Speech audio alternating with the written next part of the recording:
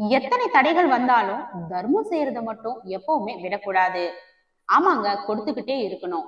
காத்து எப்படி நல்லவங்க தீயவங்க அப்படின்னு பார்க்காம வீசுதோ, அதே போல சூரிய ஒளி எப்படி நல்லவங்க தீயவங்க அப்படின்னு பார்க்காம படுதோ, மழை எப்படி நல்லவங்க தீயவங்க அப்படின்னு பார்க்காம பொழிகிறதோ, அத போல பொதுவா நம்ம காதுல விழக்கூடிய பிறருடைய கஷ்டங்களை பார்த்து உடனேயே அது உங்களால முடிஞ்ச எல்லா முயற்சியும் செய்து அந்த ஒரு கஷ்டத்தை தீர்க்க நீங்க தர்மம் செய்யலாம்.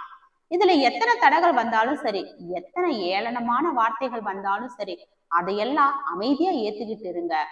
ஏன்னா ஒரு வகையில தர்மம் செய்யறது ரொம்ப ரொம்ப எளிது. இன்னொரு வகையில அது ரொம்ப ரொம்ப கஷ்டம்.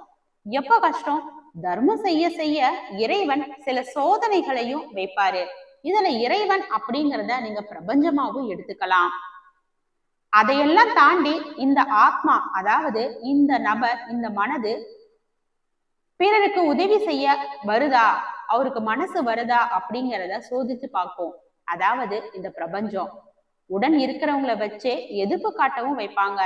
இப்படி கொடுத்துக்கிட்டே போனா நாள உனக்கு என்ன இருக்கும், உன்னுடைய தேவையை யாரு பூர்த்தி செய்வாங்க அப்படின்னு பல அச்சமூட்டக்கூடிய கேள்விகளும் பிறர் மூலியமா கேட்க வைப்பாங்க.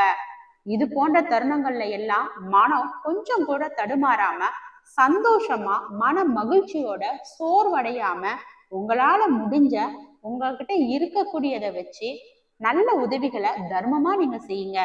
அப்படி நீங்க செய்து கொண்டே இருக்கும்போது கொடுக்கறது அட்சய பாத்திரம் மாதிரி இந்த பிரபஞ்சம் அது உங்களை விட்டு எப்பவுமே குறையாது. கொடுக்க கொடுக்க இன்னுமே உங்ககிட்ட செல்வமும் செழிப்பும் அன்பு அக்கறை அப்படின்னு தர்மம் அப்படிங்கிறது செல்வ செழிப்பு மட்டும் இல்லாம அன்பு அக்கறைன்னு சொல்லி எல்லாத்தையுமே நீங்க கொடுக்கும்போது கண்டிப்பா இந்த பிரபஞ்சம் அதை விட 1000 மடங்கு உங்களுக்கு திருப்பி கொடுக்கும். வாழ்க வளமுடன்.